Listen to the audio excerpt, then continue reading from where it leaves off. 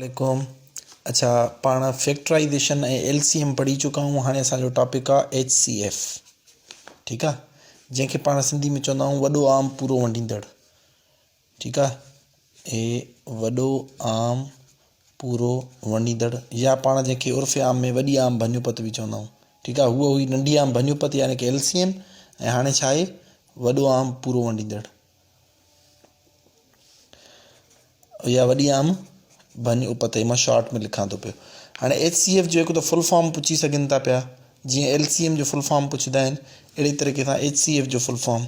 HCF जो full form आहे highest C for common,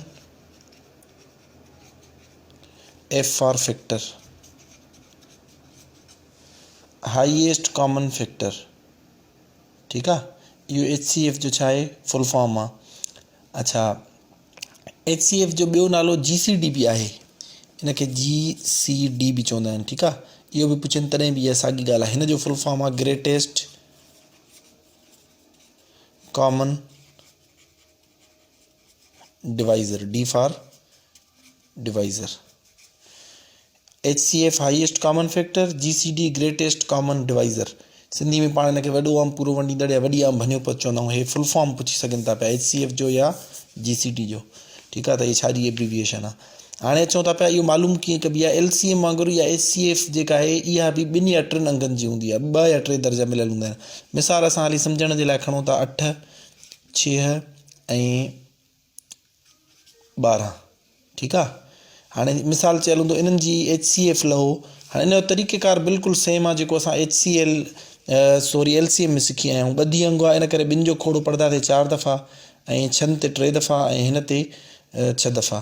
ठीकु आहे, उनखां पोइ वरी ॿिनि जो खोड़ो हिन ते 2 दफ़ा, 3 ते न वेंदो, ऐं हिन ते घणा दफ़ा वेंदो 3 दफ़ा वेंदो।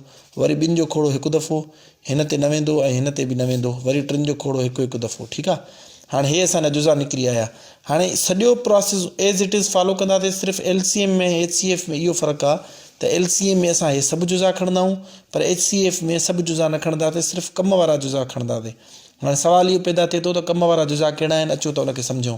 कम वारा जुज़ो उहो हूंदो आहे जंहिंजो सभिनि ते खोड़ो वञे। जीअं हाणे ॾिसो मिसाल, हे 2 आहे, 2 जो खोड़ो 8 ते वियो, 6 ते बि वियो, 12 ते बि वियो, 3 ते वियो। इन करे हे जेको 2 आहे इहो असांजो छा आहे कम वारो आहे, इनखे मां टिक करे छॾियो। हाणे ॾिसो हिन 2 जो खोड़ो 4 ऐं 6 ते वियो, पर 3 ते न वियो, यानी सभिनि ते वञणु खपे। 3 ते न वियो, इन जो मतिलबु आहे हे 2 असांजे कम जो न आहे HCF में। वरी 2 जो अगेन ॾिसंदासीं, सिर्फ़ु हिन ते वियो, 3 ते न वियो, इन करे हे 2 बि कम जो न आहे। 3 जो वरी हिननि 3 ते त वियो, पर 1 ते न वियो हुयो, इन करे हे 3 बि कम जो न आहे। इन करे सिर्फ़ु असांजो छा बचंदो 2 जेको आहे सो HCF आहे। ठीकु आहे, हाणे यानी कि 8, 6 ऐं 12 इन्हनि जी कंबाइन जेका HCF निकिती आहे वॾो आम पूरो वंडींदड़, उहो 2 निकितो आहे। ॿियो एग्ज़ाम्पल वठूं था, अञा तव्हांजो क्लियर थी वेंदो इनशाला। मिसाल वठूं था 12, 24 ऐं 30। ॾिसो हे 3 दर्जा मिलियल आहिनि। हाणे असां 2 जो खोड़ो पढ़ंदासीं, पहिरियों 2 ते 12 ते पढ़ंदासीं 6 दफ़ा। तव्हां विच में लकीर बि ॾेई सघो था या कामा ॾियो, तव्हांजी मर्ज़ी आहे। हिन ते वेंदो 12 दफ़ा, 30 ते वेंदो 15 दफ़ा, इहो तव्हां सिखी आहियो।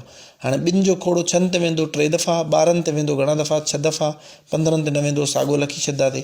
वरी 2 जो खोड़ो अञा पढ़ंदासीं, छो जो 3 ऐं 15 ते 21 आहे, पर 6 ॿधी आहे, इन करे अञा खोड़ो वेंदो घणा दफ़ा 3 दफ़ा, 15 ते न वेंदो। ठीकु आहे, हाणे ॾिसो कोई बि अंगु 21 न बचियो आहे, ॿधी न बचियो आहे, इन करे 3 जो खोड़ो पढ़ंदासीं। ॾिसो 3 जो खोड़ो हिन ते 1 दफ़ो, हिन 3 ते 1 दफ़ो, ऐं हिन ते 5 दफ़ा।